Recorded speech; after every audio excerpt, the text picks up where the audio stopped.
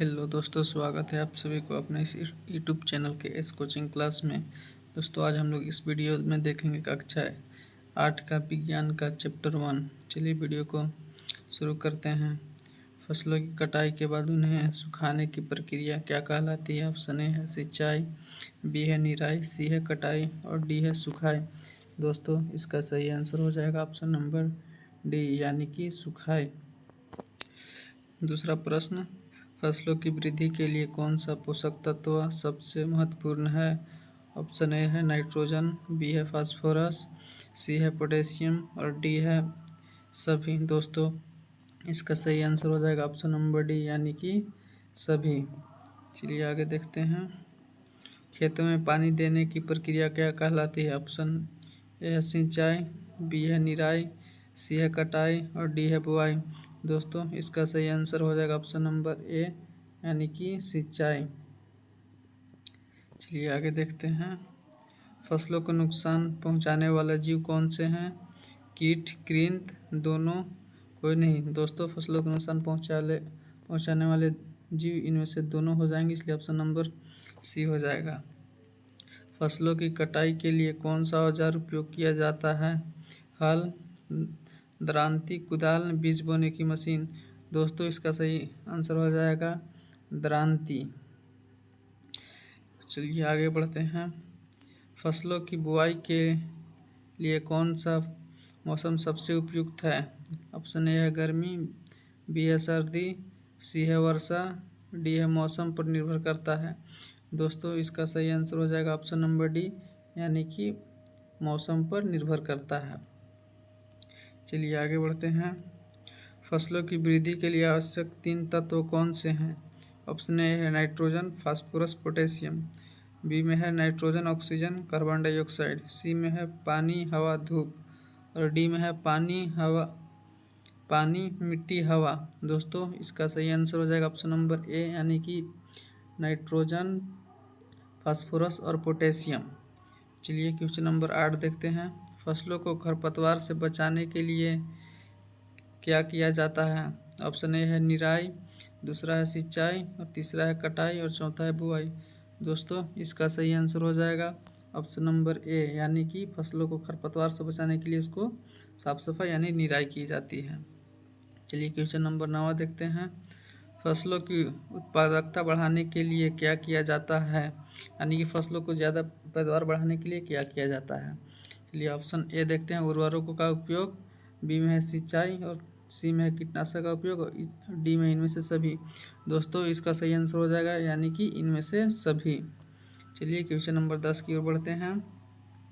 फसलों की कटाई के बाद उन्हें सुरक्षित रखने के लिए क्या किया जाता है? ऑप्शन ए है सुखाई, बी है भंडारण, सी है प्रसंस्करण और डी में इनमें से सभी। दोस्तों इसका सही। चलिए नेक्स्ट प्रश्न देखते हैं। 16, फसलों की कटाई के बाद उन्हें सुरक्षित रखने के लिए कौन सी विधि उपयोग की जाती है? ऑप्शन ए है सुखाना, बी है भंडारण, सी है प्रसंस्करण, डी है सभी। दोस्तों इसका सही आंसर हो जाएगा ऑप्शन नंबर डी यानी कि सभी। चलिए क्वेश्चन नंबर 17 की ओर बढ़ते हैं। फसलों की वृद्धि के लिए आवश्यक पोषक तत्व कौन से हैं? ऑप्शन ए है मैक्रोन्यूट्रिएंट्स और बी है माइक्रोन्यूट्रिएंट्स और सी है दोनों, डी है कोई नहीं। दोस्तों इसका सही आंसर हो जाएगा ऑप्शन नंबर सी यानी कि दोनों। चलिए आगे देखते हैं। फसलों की कटाई से बचाने के लिए फसलों को कीटों से बचाने के लिए कौन से तरीके उपयोग किए जाते हैं? ऑप्शन ए है रासायनिक तरीके, बी है जैविक तरीके और सी है दोनों, डी है कोई नहीं। दोस्तों इसका सही आंसर हो जाएगा ऑप्शन नंबर सी यानी कि दोनों। चलिए क्वेश्चन नंबर 19 देखते हैं। फसलों की उत्पादकता बढ़ाने के लिए कौन सा कारक सबसे महत्वपूर्ण है? ऑप्शन ए है बीज की गुणवत्ता, बी में है मिट्टी की गुणवत्ता, सी में है पानी की उपलब्धता और डी सभी। दोस्तों इसका सही आंसर हो जाएगा ऑप्शन नंबर डी यानी कि सभी। चलिए क्वेश्चन नंबर 20 देखते हैं।